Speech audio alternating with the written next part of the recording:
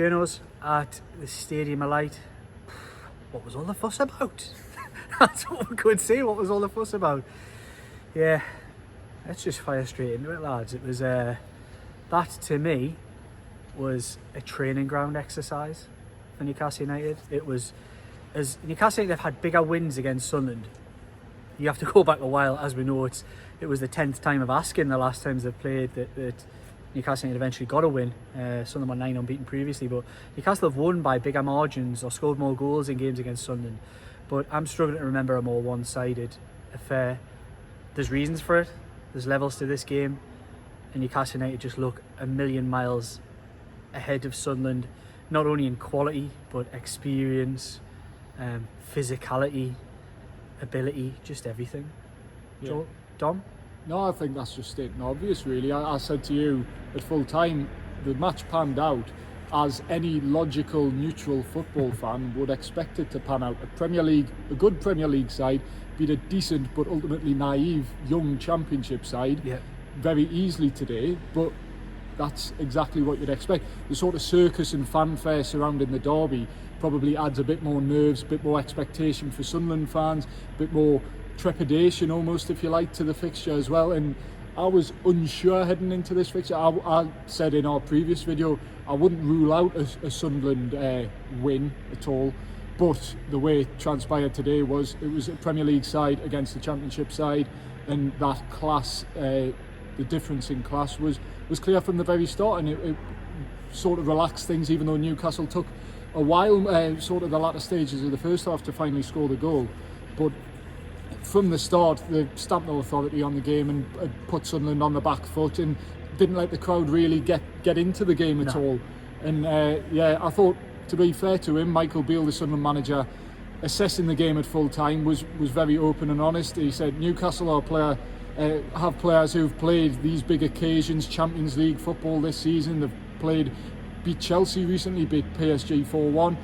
His players just haven't got that experience, and it showed today. And ultimately, Newcastle are the ones who secure the bragging rights, if you like. But yeah, I think it was just a par for the course victory, what you'd expect, but in a sort of potential disaster avoided by Newcastle in this sort of most comfortable way possible. I very much try to contextualise the whole thing in the run-up to this. You guys will know, sitting next to us in the game, that I was confident Newcastle United would come through this game and would. I think I said worst case scenario, and it was just a feeling I had. Worst case scenario would be a replay at St James's Park. I've got to say, I had supreme confidence running up to this game. Obviously, you don't know how it'll play out, but then when I actually got here and started speaking to some colleagues, you do. It is that Derby Day sort of uncertainty and wounds of old that maybe we're just getting a nod here from our Sunderland colleagues of old. Rivals. They're not rivals. They're not rivals. Although they probably have a few bad things to say about Newcastle if we got them on. And the Geordie Journals. And the Geordie Journals for sure. Definitely the Geordie Journals. Where was I? Yeah, so I was speaking to a few colleagues who I used to know from a couple of the Scottish national boys were down to speak to Michael Beale, of course, with these Rangers links and things like that, and relationships that he has up there. So they were down, and both of the guys who were down said to me, your boys will win today, won't they? And I found myself still falling back on that wounds of old feeling where I'd said, I'm not sure, you know, and they were like going through the team sheet: Bruno Guimaraes, Alexander Isak, Joe Linton, Kieran Trippier. Liam, you got it, the quality, it's a huge gulf. And I was still going, well, I don't know. Maybe I was doing a little bit of what Sunderland fans have been doing in the week or so, like building up my own little barrier just in case things didn't go well. But yeah, I thought levels would tell. I didn't anticipate levels would tell as much as they did. Jordan, come in with some of your thoughts. You look very small here over I know, I think my position is all wrong. You're taller than me, but you look shorter. Thoughts, yeah. I mean, take the emotion out of that game, and let's be honest, it was a walk in the park in many ways. Like, yeah. I think, once Newcastle got the breakthrough, because I think that did you in the first half, and it did feel like Newcastle were lacking a little bit in the final third, but once they got that opener, the game never really felt in doubt. The only time where I thought Sunderland might come back in it was Joe Linton going off. I thought Joe Linton being taken out of that midfield just after they made it 2-0 would impact Newcastle. To be fair, it did briefly. Newcastle had a heavens opening behind me, yeah. What was I saying there? Yeah. So once Isak made it 2-0, Joe Linton went off, and Sun had a little bit of a spell. But to be fair, the 2 chances they had, 2 good saves from Martin Dubravka, but they were both from long distance. So you reflect on the game, and that's the story of the game. It was levels. Newcastle United showed why they're a top end Premier League team, and Sunderland showed why they're a Championship team. Probably just Championship team that got playoffs last year, but where do they rank in terms of Championship team? I think if Sunderland came up with the Premier League, they would find it very, very difficult. So I think the levels total today, and credit Newcastle, because it would have been quite easy coming out today on the back of 7 defeats and 8. You let the Derby record impact you, where a lot of the talking in the build up of the game is Newcastle haven't won a Derby for 12 years, but they showed their professionalism, their class, and ultimately came away with a deserved win. As we're getting two fingers up. The gesture there, that's not a classy gesture. In jest. It was nearly the score. Yeah. Distracted now. I think I was just rambling anyway. No, I think just tell him how many goals Alexander Isak got today. That's what he was doing. Yeah. What was I going to say? Joe Linton. Now I want to go. Sorry, I want to mention the thing you mentioned about Joe Linton. Like, brilliant. It's either feast or famine with Joe Linton. He's either at times when he's off, he's so off it's unbelievable. But when he's on, he's absolutely brilliant. In that game, the physicality of it, just being able to dominate, win his tackles, cover for his teammates, just suited him down to the ground. It was such a shame that he picked up that injury. A lot of people in the live, you might be joining us now watching the analysis video, were asking for what Eddie Howe's, any update from Eddie Howe on Joe Linton. Is there any update? Thigh injury. Eddie Howe described it as a knock. Picked up, I think, in the first half as he was trying to switch the ball. Yeah. Couldn't continue. Fortunately, Newcastle had the advantage at that point. Eddie Howe didn't give much more away other than that. But yeah, I thought Joe Linton was really, really impressive in the first half. Newcastle's best player in the first half. Bruno probably ran the show in the second half, thankfully. But yeah, I thought Joe Linton at times he looked like a man playing against boys in that first half, just with his physical frame and the way I described it in my Shields Gazette player ratings. He bullied the Sunderland midfielders at times and was a key reason why Newcastle controlled that first half and went in with the 1-0 lead, playing a key role in that opening goal. Was that left hand side as well? Like, obviously we've seen Kieran Trippier bombing on at will on the right hand side, like we know he does. And I kind of want to mention how pleased I was with his performance today.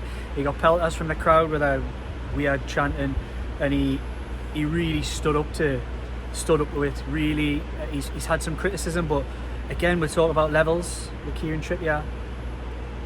The guy's been dusting off his pockets at times this season, and Kylian Mbappe's fell out, and Rafael Leao's fell out, and really good players have come away not having had a kick against Kieran Trippier.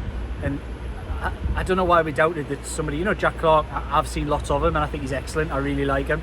I don't think that was a fair reflection of the Jack Clark that everyone thinks will eventually become a Premier League player. However, levels to this game, Trippier dealt with him and then some. I think one of the big problems Sunderland had today was that their wide players gave their fullbacks zero cover. So on the right hand side, Trippier was given the run in the first half, and on the left hand side at the end of the first half, where the goal came from, and most of the second half, the right hand side, Pritchard, although he got into pockets and created chances, gave zero cover to the fullback, and Gordon had a field day at times. It did make you wonder if Livramento would have been playing left back, how much more of a field day Newcastle would have had down that left hand side, because although Burns a trier and I can't fault him, he's not an attacking fullback in any way, shape or form. So no, I think Trippier deserves some credit, because we're first to criticise when he doesn't do things well. I thought that was a real return to form, much like Miguel Almiron as well today. Yeah. Look, it was against lower league opposition, that's fine, but maybe it was just the confidence boost that some of these players needed against a lesser side in many ways. But Almiron, maybe not his forward output, although he got another assist to his name today. It was his defensive output for me. I think won numerous tackles. He did. High up the pitch as well, by the way. That's obviously robbed Pierre of possession for the for the second goal. So you talk about players that have attracted criticism the last 2 weeks. I think they're probably the two main ones, Trippier and Almiron. And yes, as you mentioned there, Lima was lower opposition, but you've got to give them credit. And can they use it as a confidence booster? You think so? Because this result today can, in many ways, can help galvanise Newcastle's season. That's an important thing today. They've had a really difficult month. They've lost 7 of the last 8. They've been knocked out with 2 competitions. Can you imagine if they'd been knocked out with 3rd competition in the space of 4 weeks? I mean, the derby, the bragging rights is probably the main thing you'll take from today. But Newcastle United are in the 4th round of the FA Cup for the first time in 2 years on Eddie Howe. Eddie Howe has stopped the rot in terms of his poor record in the 3rd round of the FA Cup. So it's pressure release. It is. So I think a lot of what we saw at the end, anybody who hasn't seen it, do look it up. I'm sure the photo's been doing the rounds or the video that leads up to it. But Jason Tyndall was orchestrator and Eddie Howe was behind us here at the dugout. He was not involved in any of the celebrations in front of the fans. Tyndall was screaming and made sure that him and the rest of his coaching staff and all the other subs came over, orchestrated, got the photographer across and made sure they did a celebration photo, incensed people in front of us in the press box and as it would the rest of the Sunderland crowd. But it was a moment, and that kind of, for me, showed the significance of what this result meant to that management team, who there hasn't been internal pressure, there hasn't been a lot of pressure from fans, there hasn't been a lot of internal is in the Newcastle United bubble, but there has been the external noise and the talk, and it's crept in, and that will affect the people in these jobs. They'll hear it as much as we talk and hear about it as much as they will. They'll hear this stuff. And I thought Tyndall, you could tell the way he reacted and made sure that he got everyone in. Let's savour this moment. Let's make sure this is remembered. It's because they've struggled. They've had a real struggle. They've not been able to find answers. I'll be honest with you, the questions are still there for me. I think the midfield lacks balance without Joe Linton in there. I think there was big problems in the second half when Sunderland got their act together and started to find pockets of space. Pritchard had 2 really good opportunities. I think he clipped the ball one and Dubravka pulled off a brilliant save down to his right with the other from outside of the foot shot. It was the same pockets of space that Morgan Gibbs-White was finding the week before, or anybody in Liverpool's 11 was finding the week, the game after that too. That still needs solved, and for me it's only going to be solved by dipping into the transfer market, and I'm all for, I've not always been, but I'm all for a move for Kalvin Phillips.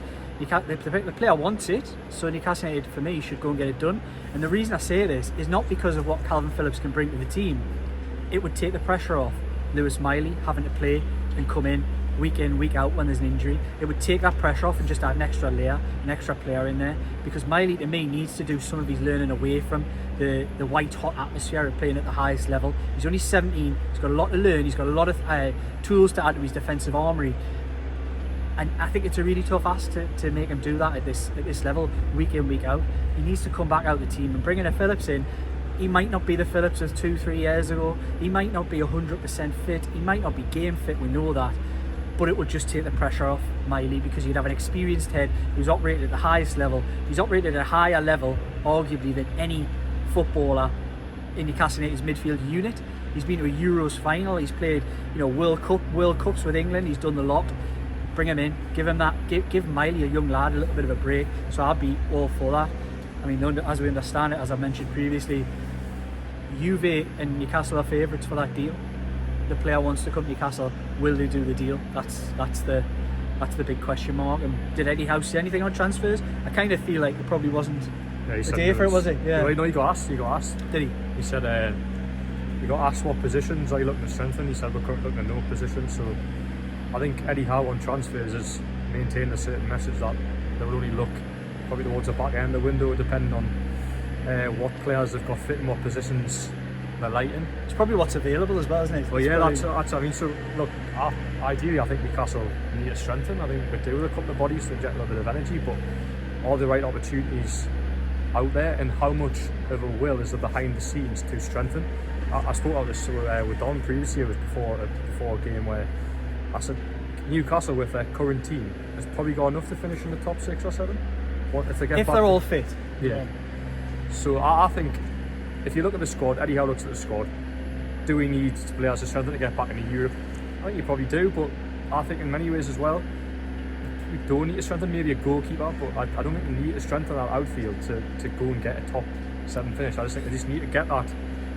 Get back to winning ways, get the momentum again, and I think we'll do enough to get in the top 7, and that's ultimately what this squad needs to do. We need to stay in European football And whether that's Europa League, Europa Conference League, it doesn't matter as long as they're in European competition next season. Dubravka, for me, the way he's performed in the last 2 games, I thought he that's a good point. He made an excellent save with his feet as well today. With his deflected shot from, I think, Ekbar come off Botman, and he made an amazing save with his feet. He made a lovely one down to his right hand side. I think he's shown that he's a decent shot stopper. He's a decent goalkeeper. Maybe he just needs a run of games. Maybe he needs. Yeah, he hadn't played games for a year and a half. I think it's really good today. I think it's easy for a goalkeeper once you pet like to pull off counter saves. Today you have to stay alert. He had 2 saves today and 2 excellent saves. And I think that's a good point. It's really good to see in a goalkeeper. I think that's what Nick Pope's really good at. He's really good at staying alert. Dubravka sort of hadn't in the last few games before the last 2, but he got that out of his system and had a really good game against Liverpool, and he carried on today. So maybe I'm harsh in saying that I need a goalkeeper. I think in many ways, he probably has silenced his critics in many ways over the last few games. So I was going to ask you, Don, about look, we've done all the positives. All you guys that have done all the bragging rights stuff. I think you kind of expect a little bit more from us. I want to kind of analyse, not dwell on negatives, but maybe look at some of the questions that Sunderland maybe did pose today. And this is going to be another waffly type comment for you, Don. I think Sven Botman looked a bag of nerves today. I just don't think, since he's come back into the team, and I love him as a footballer, there just looks to be a disconnect between him and Fabian Schär, where before it was the perfect partnership. Almost Lascelles has come in, built a really good partnership with Schär, and then has gone out of the team, and Botman's come in and just doesn't quite look to be clicking with Schär. Is that fair to say? Yeah, a little bit, but that's probably natural to an extent when they haven't played together for an extended period of time, and Newcastle played so many games in that time. Sven Botman's still quite clearly getting back up to speed, and I mean the fact he's suffered essentially an ACL injury and is back playing the same season 3 months later, let alone like towards the back end of the season, probably shows he still has a bit of a way to go. And I thought, okay, he did look like a player who's still getting up to speed today, but this was a perfect game for him where he wasn't really tested physically, and he had plenty of time on the ball. Sometimes he thought he had more time than he did, and granted he almost got caught a couple of times. That's what I mean. It was almost like he wanted too much time on the ball today. Yeah, but I think it was an ideal game for him in many ways, as it was an ideal game for people like Kieran Trippier, Martin Dubravka, Miguel Almiron, to just get that monkey off the back, if you like, and sort of refine that confidence in that match day sharpness, if you like. So Sven Botman, he's still got a bit of a way to go, but he wasn't miles off it. But a very good team performance from Newcastle. He's still a player who looks like he needs a couple more games to get back to his best. Slick Peter Reid reference there by Don. No. Maybe you maybe get that. You maybe get that. I don't know. I said so much. Monkey off his back. Okay. Black Cat's bonus behind me there. It is in the background. I think Sunderland deserve a lot of credit as well for their hospitality. Their sausage sandwich before the game was incredible. So. I never went for it. I got a Magpies breakfast this morning. I didn't really afford myself any hospitality from Sunderland. Didn't eat the bacon. I didn't have any, but I thought that Sunderland really well. Need tomatoes. No tomatoes. No red. No bacon. No beans. Any sauce? He actually did, by the way. I just wanted a sausage sandwich. The lass was desperate to give him some beans. She actually. I'll go and get you some. There's none left. He's like, no, too red for me. Right. That's how it played out in Leeds. So, another thing I want to come on to. We can't do a video. We've done 20 minutes. I haven't even said anything about the man who will essentially be remembered for this game. This game wrote his name into Derby Day folklore. It was 2. It could easily have been 3, but for Dan Ballard. Yeah. Alexander Isak, we don't know the next time a Newcastle United player will get a chance to play, never mind score against Sunderland. Alexander Isak could be an outlier in a 15-year period as the only Newcastle United player to score, and got 2 here. You could tell, I thought, Jordan, from the way Ballard was trying to manhandle him, he just knew he was like, I can't let this guy get a yard. Yeah, he had if you want to look at the Ballard's contributions in the game, he's had a bit of a shock. Hasley, own goal, give away a penalty right at the end. I said in the Plug Me Newcastle World player ratings that I thought the likes of Isaks and Bruno's just looked an absolute class above. Individually, they look like players that they paid top money for. I mean, he got 2 goals, but I think probably in many ways I wouldn't say he was quiet, but I don't know. I'm trying to sum up how he was. He's been given 3 opportunities in the last 2 games. He's took them all. Yeah. Took them all, and he probably should have had a penalty down at this end. Another Ballard incident where he went shoulder to shoulder with him, but definitely it was a penalty. It was a penalty for me, and he could have had a penalty, one from the spot there, and then of course the own goal would have been his as well had Ballard not shinned it in the top corner. It was the last, I think, Shola the last player to score. I'm not good with these stats. No. Kevin Nolan should have had to. Oh, of course, man. Of course. Shola also scored 2 that game, right? So yeah.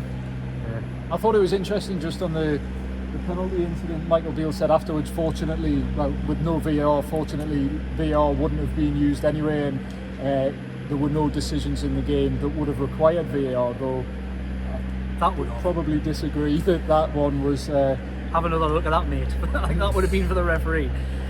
To be fair, Michael Beale afterwards, you touched on at the start. I thought he was actually summed up the game perfectly. He said there was a gap between the 2 sides before kick-off, and there was a gap between the 2 sides at the end of the game. They couldn't bridge that gap. And as I sort of said before, it was a clash between the 2 sides. Yeah.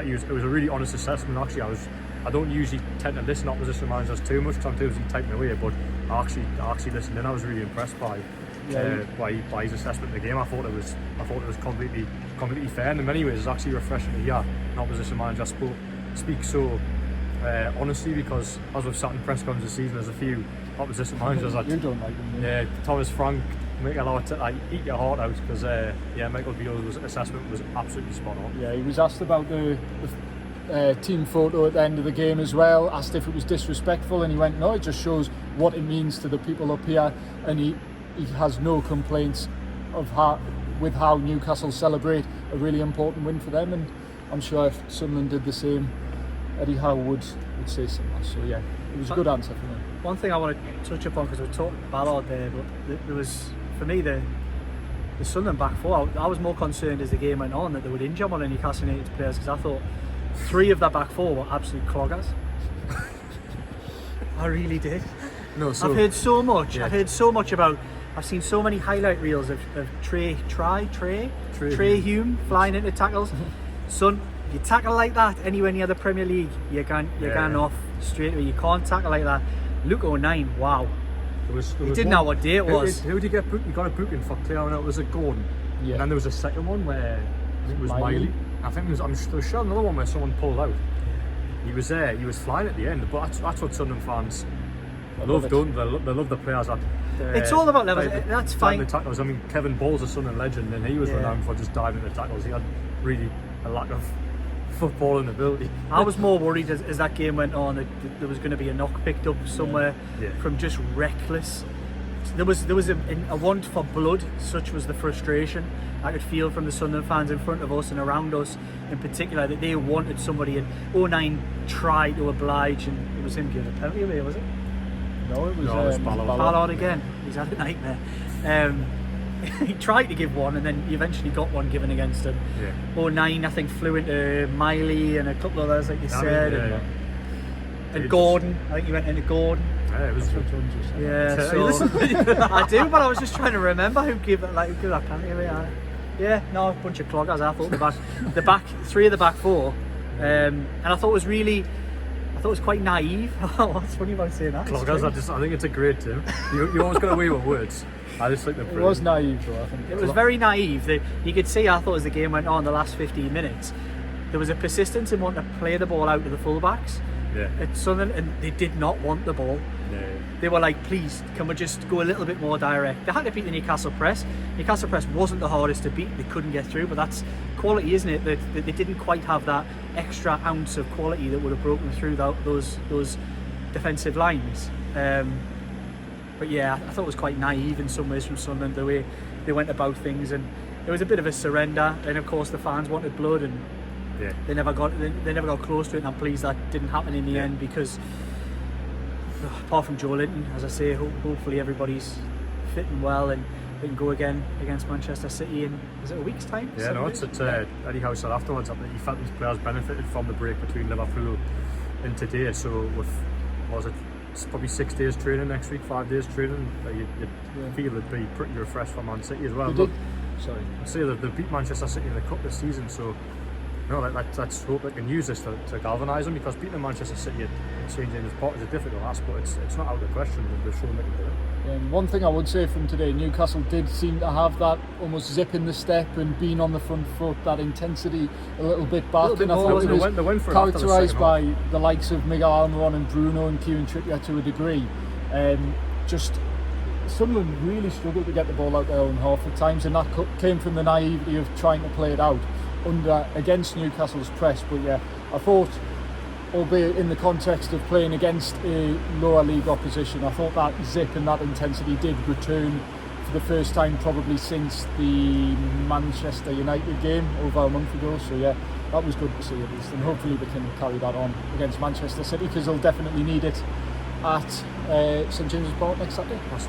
Just to put in, I still feel like there's a lot of, not really the negative Nancy, but I still feel like there's a lot of things that Newcastle, a lot of answers Newcastle need to answer the next couple of games, because say you come here, Sunderland, the lower league opposition, I think the manager's occasion really well, I'll give them full credit for that, but I mean, back to the Premier League, they need to show some kind of turnaround. As I say, they need to use this to galvanise. I think in many ways, Eddie Howe winning today probably gives them some grace for the next couple of games. I think if Newcastle go and lose to Aston Villa and Manchester City, for example, I think if supporters would be a lot more understanding.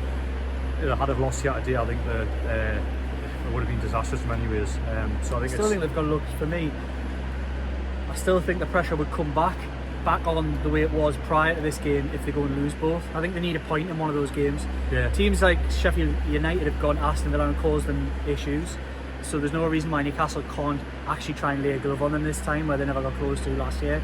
And again, the Manchester City home game, if you were to get a point out of that, then I think that just keeps things ticking over. Lose both games, I think the pressure automatically builds into that start of February, which is filled with games the reverse of what we've just seen, going to the City ground, I think, and then Luton at home, and I'm sure Arsenal away is in that mix as well. So the Premier League doesn't get any easier, but they've just got to, I think they've got to get something. I think they've got to get something in one of the next two, and then if they perform, they're getting much closer to where they were. They're nowhere near where they were, but they're edging closer. There was little signs at Liverpool in certain respects of the way that they played, and again today there were certain aspects of that. Again, it was a little bit slow and a little bit one-dimensional at times during that first half. Didn't create a whole lot, but it was better. It was slightly better, and it will get better as teams. Sunderland were compact and didn't really open up and didn't give any inch in that first half. The second one killed it. As the heavens, it's getting heavier. We're gonna have to walk in that. Yeah. Geordie Journo's Brolly. That's what we need here at the Stadium of Light. I hope everybody. There was certainly no raining on the parade, Eddie Howe's parade today. A fantastic win. The result that Newcastle United needed. The result that you guys all needed, and I'm sure we did too. So, like, comment, share, subscribe. We love doing this content. We love your comments. We love you getting involved. Click that bell. Should be somewhere down here. And then you'll get notifications for any one of us three. All of us three. Could be a deadly duo or somebody. A little partnership somewhere here and there, like these guys do on the press conferences. But yeah, like, comment, share and subscribe for Geordie Journo's content. We love it, and I hope you do too.